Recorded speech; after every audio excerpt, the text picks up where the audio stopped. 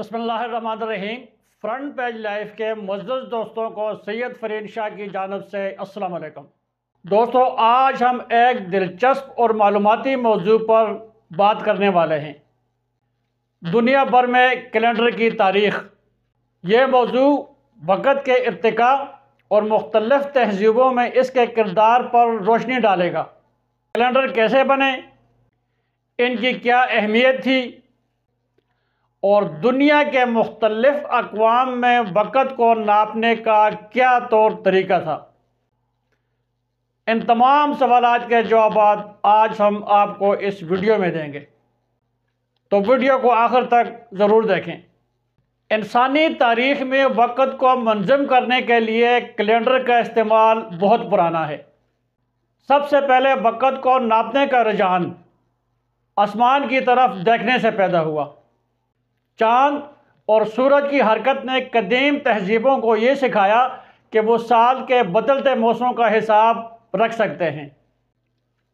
قدیم مصری، بابلی، مایا اور رومی تہذیبوں نے اپنے کیلنڈر بنائے تاکہ وہ فصلوں کی کاشت، تہواروں اور موسمی تبدیلیوں کو ترتیب دے سکیں۔ قدیم مصر کا کیلنڈر دنیا کے ابتدائی کیلنڈروں میں سے ایک تھا۔ مصریوں نے سورج کے گرد زمین کی گردش کا مشاہدہ کیا اور ایک سال کو 365 دنوں میں تقسیم کیا۔ ان کے کیلنڈر میں 3 اہم موسم تھے: سیلاب، بوائی اور فصل کاٹنے کا۔ اس کیلنڈر نے نہ صرف ان کے زرعی نظام کو مضبوط کیا بلکہ ان کے مذہبی اور سماجی نظام پر بھی گہرے اثرات مرتب کیے۔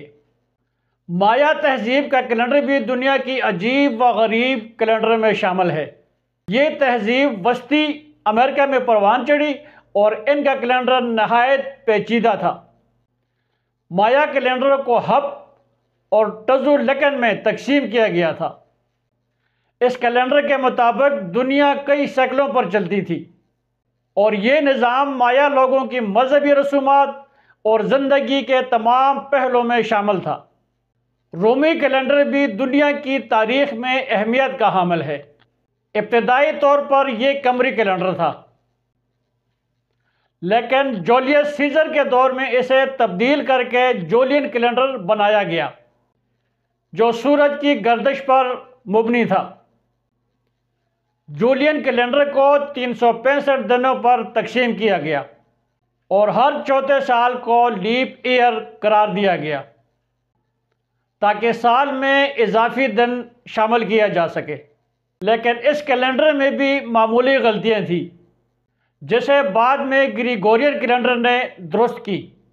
اسلامی دنیا میں ہجری کیلنڈر کا بہت زیادہ استعمال ہوتا ہے۔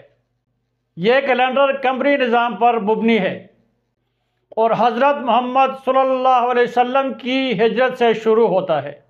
اس کیلنڈر میں ہر سال 354 یا 355 دن ہوتے ہیں اور یہ اسلامی تہواروں اور مذہبی تاریخوں کے تعین کے لیے استعمال ہوتا ہے، جیسے رمضان، عیدیں اور حج۔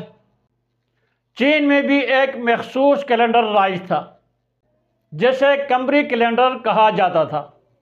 یہ کیلنڈر قمری اور شمسی دونوں نظاموں پر مبنی تھا۔ چینی کیلنڈر میں ہر سال کو ایک مخصوص جانور سے منسوب کیا جاتا ہے اور اسے مختلف تہواروں جیسے چینی نیا سال کے لیے استعمال کیا جاتا ہے۔ آج بھی چینی ثقافت میں اس کیلنڈر کا خاص مقام ہے۔ آج جو کیلنڈر زیادہ تر دنیا میں استعمال ہوتا ہے اسے گریگورین کیلنڈر کہا جاتا ہے۔ یہ کیلنڈر پوپ گریگوری 8 نے 1582 میں متعارف کروایا تاکہ جولین کیلنڈر کی خامیوں کو دور کیا جا سکے۔ یہ کیلنڈر سورج کے گرد زمین کی گردش کو مد نظر رکھتے ہوئے بنایا گیا اور ہر چوتھا سال لیپ ایئر کے طور پر شامل کیا گیا۔ آج دنیا کے تقریباً تمام ممالک اسی کیلنڈر کا استعمال کرتے ہیں۔ دنیا بھر کے مختلف کیلنڈر نے تہذیبوں کو وقت کے نظم و نسق میں مدد دی اور ہر کیلنڈر نے اپنی تہذیب کی ضروریات اور ثقافتی روایات کی عکاسی کی۔ آج کا جدید گریگورین کیلنڈر قدیم تہذیبوں کی جدوجہد کا نتیجہ ہے۔ ہمیں امید ہے کہ اس ویڈیو سے آپ کو کیلنڈر کی تاریخ کے بارے میں معلومات ملی ہوں گی۔ اگر آپ کو ہماری ویڈیو پسند آئی ہو تو لائک کریں، شیئر کریں اور چینل کو سبسکرائب کرنا مت بھولیں۔